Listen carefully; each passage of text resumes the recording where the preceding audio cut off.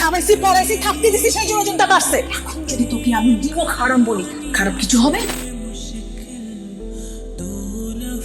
আমি তো খুব ভয় পাই কখন চাচি আমাকে বাড়ি থেকে বের করে দিবে। আমি এই জন্য ওনারা বের করে দেওয়ার আগেই চলে যাবো তোদের বাড়ি ছেড়ে, বুঝছিস? হয়তো একটু ক্ষুধার কষ্টে থাকবো, ওইটা তোর জন্য প্রায় প্রায় আমার থাকতেই হয়। নেমো নেমো খারাপ বলবে না কেউ আমাকে, হ্যাঁ? কি করছিস তুই? আমাকে হাসতে হবে কেন বলতে হবে আমার? আমি সুন্দর করে শুয়ে শুয়ে স্বপ্ন দেখছি, তুমি ঘুম ভাঙলো না কেন? কি দেখছিস? আমি কি করছি তোমাকে কেন বলতে হবে? আমি শুয়ে শুয়ে এত সুন্দর একটা স্বপ্ন দেখছিলাম আমার প্রেমিকের সাথে। কি দেখছিলাম? আমি দেখছিলাম আমি আমার প্রেমিকের হাতে হাত রেখে ঘুরে বেড়াচ্ছি। আমি আমার প্রেমিকের অনেক কাছাকাছি। আমার প্রেমিক আমার সমস্ত চুলে ফুল বেরিয়েছে, ফুলের টুকাটুকি হচ্ছিল।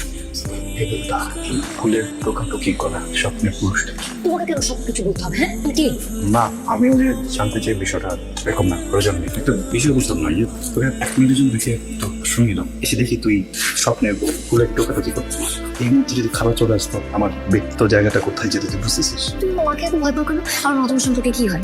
চাচি হয় তো, চাচিকে কেউ এত ভয় পায়? তোমাকে যখন মা বকাঝকা করে তুমি তো বললেই পারো যে চাচি আমাকে বকাঝকা করেন না, তোমাকে বকাঝকা করবে না। তোর মস্তিষ্কে যে ধরনের চিন্তা ভাবনার বিক্রিয়া ঘটছে, সেই ধরনের চিন্তা ভাবনার বিক্রিয়া মাঝে মধ্যে আমার মস্তিষ্কেও ঘটেছে, কিন্তু পরে আমি অনেক ভেবে দেখেছি এর পরিবর্তে আমার দিকে কি ধরনের আক্রমণ ধেয়ে আসছে। তোর মা, আমার চাচি, যে কোনো সময় আমাকে ঈশ্বরচন্দ্র বিদ্যাসাগর বানিয়ে দেবে।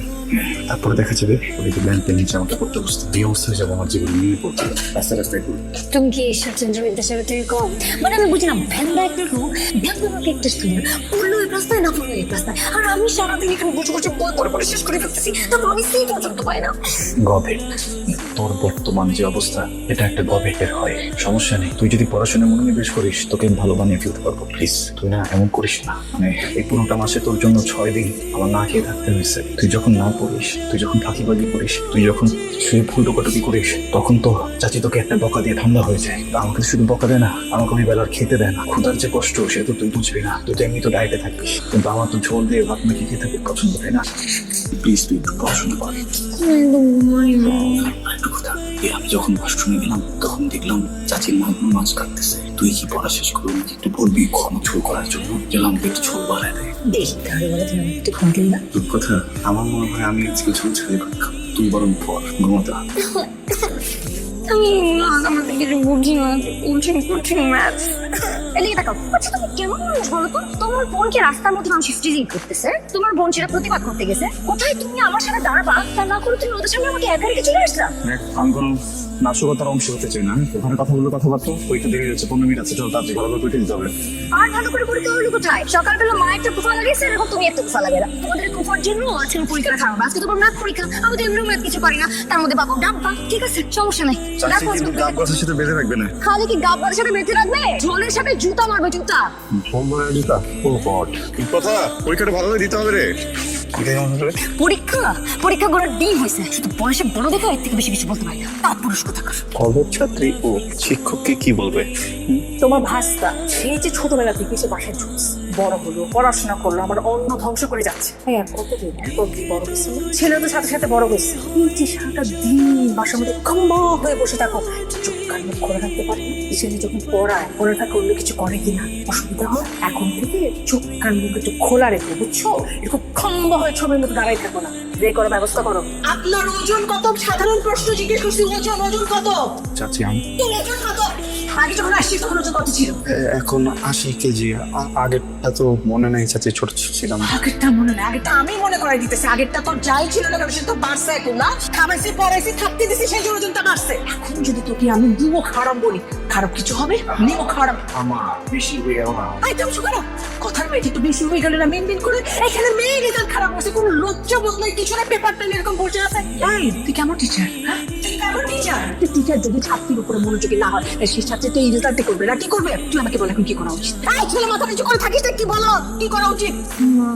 আমাকে গালি দাও, কিন্তু আমাকে কেন শুধু শুধু? একটা কথা বলতে থেকে চাপ তো গাল ছাড়াই আজ ঘর থেকে যা। ভাইয়া সরি। সরি বলার তো কিছু নাই। আসসালাম আলাইকুম। তোমার জন্য মা তোমাকে কত আজে বাজে কথা বলেছে। Really sorry.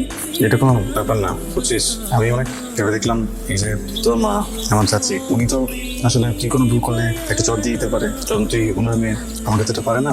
তাই লেগে গেলে ওই বেলা আমাকে খেতে দেয় না। এই যে আমি খাবারটা পাই না ক্ষুধা কাতরাই, এই বিষয়টা তুই এনজয় করিস, তোর ভালোই লাগে, তুই ইচ্ছা করে এমন করিস। এছাড়া আমি তো তোকে সবই পড়াই না, মানে কোনো কিছু বাদ রাখি না, সব পড়া করাই ধরি। কিন্তু পরীক্ষার হলে গিয়ে তুই ইচ্ছা করে রেজাল্ট খারাপ করিস। হ্যাঁ, তো আমি আসলে একটা সিদ্ধান্তে উপনীত হয়েছি, বুঝছিস।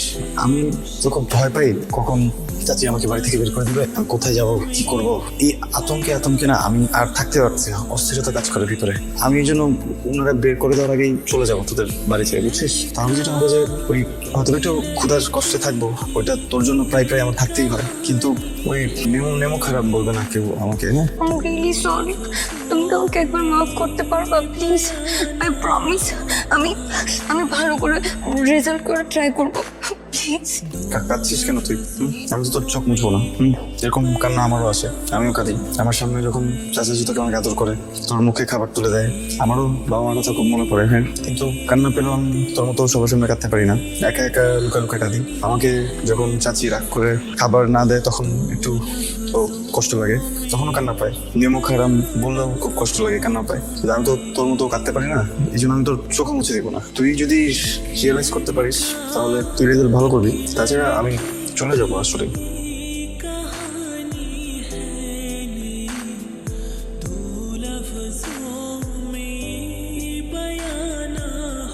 শ্রাবণ।